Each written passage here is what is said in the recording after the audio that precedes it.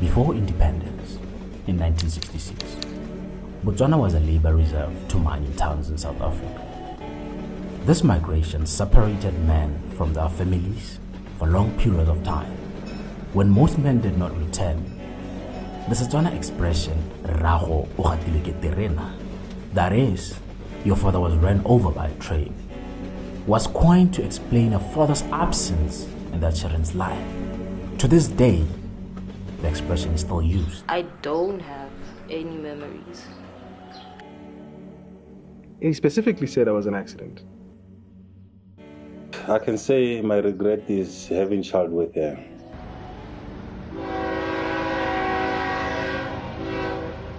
Basically didn't know what it was like having a father around, and like what a father is basically in my life as a girl child.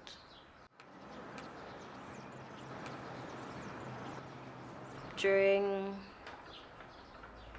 school meetings where you would have other children having both parents come through, and then I'd be having my mom. If she's not around, then nobody comes through. So for them, I felt like it was a beautiful thing, because you'd have maybe your father not being around for that particular day and then your mom being there. As for me, my mom was both my mom and dad, so if she wasn't available, then that was it. When I was dating at some point, I kind of wanted to experience the love of a man, a father figure, from my partners. And at the same time, I wouldn't even know what I want to experience, because it was confusing. Maybe if I had a chance to have him in my life, have a father in my life, I would have noticed the difference between being loved the right way or something like that. I've suppressed memories of any encounter that might have triggered any memory of my father. And so the realization that I do not have a father came to me when I was 18, when I turned 18 years old. And I was in a situation where I had to meet my father for the first time at the request of my mother. I was shell-shocked. To be honest, it was for the first time in my life that I even considered the possibility that he was even alive. Part of the reason why I never even asked about my biological father growing up, as many kids do, and perhaps as it's portrayed in media, that children will want to find out about their father and they will ask. I never asked that because it was a subject that nobody dared to touch, and I just assumed that maybe they were trying to spare my feelings. Maybe he had some horrible death, or maybe my mother had gone through some horrible experience related to him. Maybe I was the product of some terrible encounter that my mother had. So I never had it in me to touch on that subject. I'm going to start right at the beginning when a baby is born. The father's not present in a lot of cases. Or even if they are present at birth, they are kept away during the whole Botsetsi process, for either a month or 3 months, or 2 weeks or 3 weeks, at that very crucial time when a child bonds with the mother, and a child bonds with both the mother and the father. You'll find a lot of men complaining that they were not there to be able to experience that, to be able to experience that bond that you get. So our culture plays that role where men are excluded from the experience of actually having a child. The father balances out the mother. I think a lot of the times, we think of the father as the disciplinarian within the family, as somebody who helps to lay the law, provides and everything. But a father carries a different energy that from a mother. A father is usually a lot less talkative, so you're better able to talk to him and connect with him. A father is, gives a different type of love, of emotional of emotions to that relationship with their child. A lot of children are depressed because they blame themselves. How a child thinks is usually in a very egocentric way. They think that the world revolves around them and that everything that happens is because of them. So that abandonment from the parent, they usually blame themselves. There was a man there waiting for me in a van, and it was around 6 p.m. and I was invited to go into the car. So I went into the car, bid my aunt farewell, and before we drove off, he looked at me with tears glistening in his eyes and bloodshot, red, tear glistening eyes and bloodshot, and said to me that he's my father. How do I conduct myself in the presence of this elder who just told me that he's my father? In my silence, he took the opportunity to attempt to explain to me where he'd been all this time. And the explanation was a bit rushed. He specifically said I was an accident. I remember feeling the sadness of the entire situation, this man in tears and the story he's telling me. And I just got overwhelmed, and I also started crying, And we shared an embrace in the car, and we drove off to Main Mall, to Nando's. If I was angry, I didn't know that I was angry. With my mother, my anger was pretty conscious. I was upset. I wouldn't call it resentment. If there's anything to resent, it was the fact that she was still angry herself. She was still holding on to things herself. And that contributed a lot to the distance between us. That contributed to a lot of a lack of empathy over my feelings from her, despite her being the great woman that she is. But she was going through a lot as well. I mean, she had just gone through another divorce, And so I don't resent her for it. Not entirely. I was upset at my father.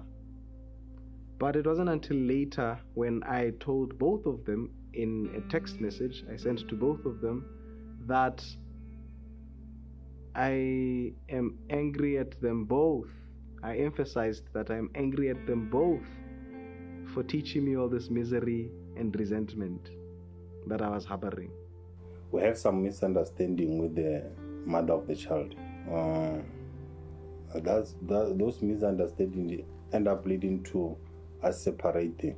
From separating, she started denying me the access to see the child. That ended up making her to take the child to South Africa through border jumping, just to deny me the access to see the child.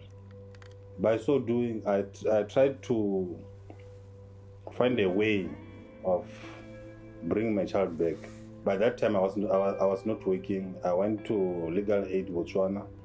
They declined, and then I went to a police station, tried to report the thing.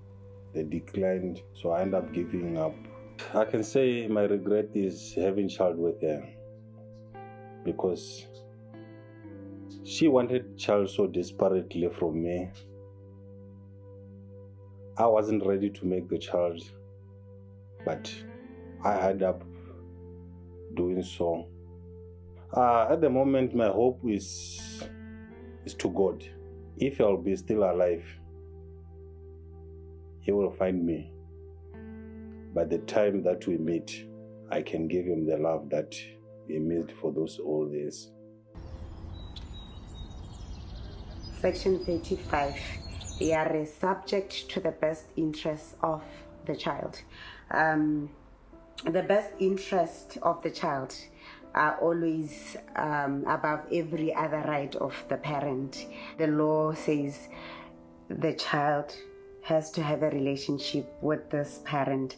Section 13 says where parents are not staying together, the child has the right to be nurtured, supported, and maintained by the absent parent. Even where a child is born out of wedlock, the absent parent has to take care of the child, has to have a relationship with the child. Traditionally, when you have a child outside of wedlock,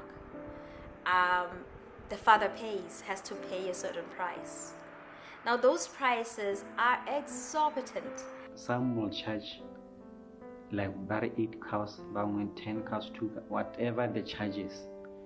Now my opinion is that I think we shouldn't be too harsh when it comes to charging, because okay, duela tshenyo yo mongwe has no na duela tshenyo o feel gore okay ke senyegetswe. It was during the middle of wedding preparations. We are just about to finish the preparations, and then she told me, because we have told ourselves that we want to have a kid after marriage. I was scared a bit, with a bit of excitement, of course. The scary part was because we are supposed to tell the parents now, no, the baby's on the way. It's a good feeling, a very, very good feeling, I must say. You like to see that child growing into someone that is much, much better than even you, or even someone that you know. The most important thing is for seeing your kid being close, having that relationship. Because you are not around, you are not around. Not to me, I see it as someone is being a coward. At times, a mother is the one who has the custody of the child. She's the one taking care of the child. And because of the differences that this mother might be having with the father, you know, the mother would deny the father access to the child. Any parent who prevents the other parent from accessing Wana or from having a relationship with Wana, they commit an offense. It is time we taught the young generation baba tswang ko morago re ba tlhokomele hela gore role ya tlhokomelo ya ngwana ga se ya mme ke a batho botlhe ke a rre le mme ke a batsadi botlhe ka bobedi. A lot of times when we think of men who've abandoned their kids, we think of them as monsters, you know, but I think it's time we start to look at them as human beings who have a fear, because they have not been, they've gone through a lot, and working with them, being their allies, to creating situations where we can help them to be better, to break that cycle of abandonment that they might have gone through, because most young men who do abandon are usually abandoned because they didn't get that kind of experience of parenting from before. Having open communication about father abandonment of children is one of the ways that we're going to be able to heal this. And then reaching into our culture and finding where we have culturally failed in terms of creating spaces for men to be proper fathers.